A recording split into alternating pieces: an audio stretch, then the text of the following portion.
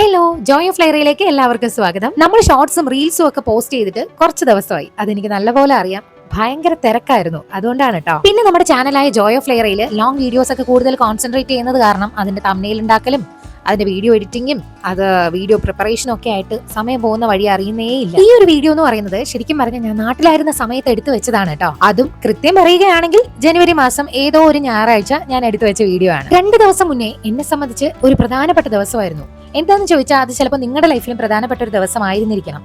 June 5-ാം തീയതി world environment day. ഈ world environment day എന്നൊക്കെ പറയുമ്പോൾ എല്ലാവരുടെ മനസ്സിൽ ആദ്യം വരുന്ന കാര്യം എന്ന് പറയുന്നത് ചെടികളും മരങ്ങളും അങ്ങനത്തെ ഒരു ഗ്രീനറി ആയിട്ടുള്ള കാര്യം മാത്രമായിരിക്കും. പക്ഷേ അത് മാത്രമാണോ വേൾഡ് എൻവയോൺമെന്റ് ഡേ എന്നതുകൊണ്ട് ഉദ്ദേശിക്കുന്നത്? ഈ നിമിഷം വരെ അങ്ങനെ കരുതിയവരാണ് നിങ്ങളെങ്കിൽ നിങ്ങളുടെ കാഴ്ചപ്പാട് കുറച്ചുകൂടെ വലുതാക്കേണ്ടിയിരിക്കുന്നു. മരങ്ങളെയും ചെടികളെയും നട്ടു വളർത്തുകയും പരിപാലിക്കുകയും ചെയ്യുന്നതോടൊപ്പം തന്നെ ഈ ഒരു വേൾഡ് എൻവയോൺമെന്റ് ഡേയുടെ ഉള്ളിൽ ഒരുപാട് ആശയങ്ങൾ ഉൾക്കൊണ്ടിരിക്കുന്നു. ജീവിക്കുന്ന അന്തരീക്ഷവും ചുറ്റുപാടും വൃത്തിയായി സൂക്ഷിക്കുക, മാലിന്യ സംസ്കരണം ശരിയായ രീതിയിൽ നടപ്പിലാക്കുക, ജലസ്രോതസ്സുകളെ വൃത്തിയാക്കുകയും സംരക്ഷിക്കുകയും ചെയ്യുന്നതോടൊപ്പം അവയെ പാഴാക്കാതെ സംരക്ഷിക്കുകയും സംഭരിക്കുകയും ചെയ്യുക, ഭൂമിയിലെ മറ്റ് ജീവജാലങ്ങളെ സംരക്ഷിക്കുന്നതോടൊപ്പം തന്നെ വംശനാശത്തിൽ നിന്ന് അവയെ രക്ഷിക്കുക, റീയൂസ്, റീസൈക്കിൾ, റെഡ്യൂസ് എന്ന ആശയം മനസ്സിലാക്കുകയും നടപ്പിലാക്കാൻ ശ്രമിക്കുകയും ചെയ്യുക, മലിനീകരണം കുറയ്ക്കുക, ഊർജ്ജ സ്രോതസ്സുകളെ സംരക്ഷിക്കുക, സുസ്ഥിരമായി ജീവിക്കുക. ഇതുപോലെ ഇനി ഒട്ടനവധി ആശയങ്ങൾ ഉൾക്കൊള്ളിക്കാവുന്ന ഒരു ദിനമാണ് വേൾഡ് എൻവയോൺമെന്റ് ഡേ എന്ന് പറയുന്നത്. ഇതില് ജീവിക്കുന്ന അന്തരീക്ഷവും ചുറ്റുപാടും വൃത്തിയാക്കിക്കൊണ്ടിരിക്കുന്ന കാഴ്ചയാണല്ലോ ഈ ഒരു വീഡിയോയിൽ കാണുന്നത്.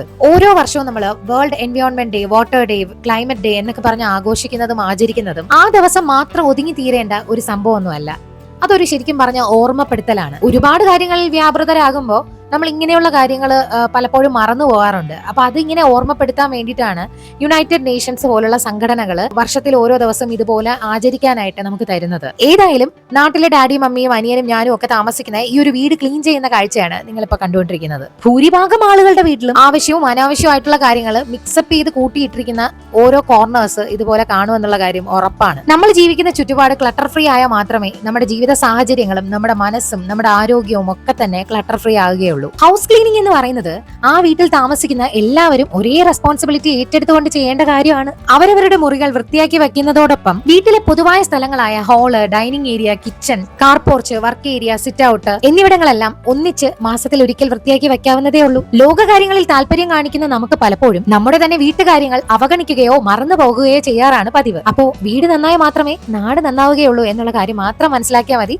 അപ്പോൾ വീഡിയോ ഇഷ്ടമായെങ്കിൽ ലൈക്ക് ചെയ്ത് ചാനൽ സബ്സ്ക്രൈബ് ചെയ്ത് കൂടെ മടിക്കണ്ട. പിന്നെ ഈ അടുക്കി പറക്കുന്നതിന്റെ ഇടയിൽ വീഡിയോയിൽ കുറെ നല്ല ഗാർഡൻ ടൂൾ സെറ്റ് ഉണ്ടായിരുന്നു. അപ്പൊ അത് മേടിക്കാൻ ആഗ്രഹിക്കുന്നവര് ഇൻസ്റ്റാഗ്രാമിലാണ് ഇത് കാണുന്നതെങ്കിൽ ലിങ്ക് എന്നൊന്ന് കമന്റ് ചെയ്താൽ മതിയാകും. പിന്നെ യൂട്യൂബിലാണെങ്കിൽ ഞാൻ ഈ ലിങ്ക്സ് എല്ലാം ഡിസ്ക്രിപ്ഷൻ ബോക്സിൽ കൊടുത്തേക്കാം.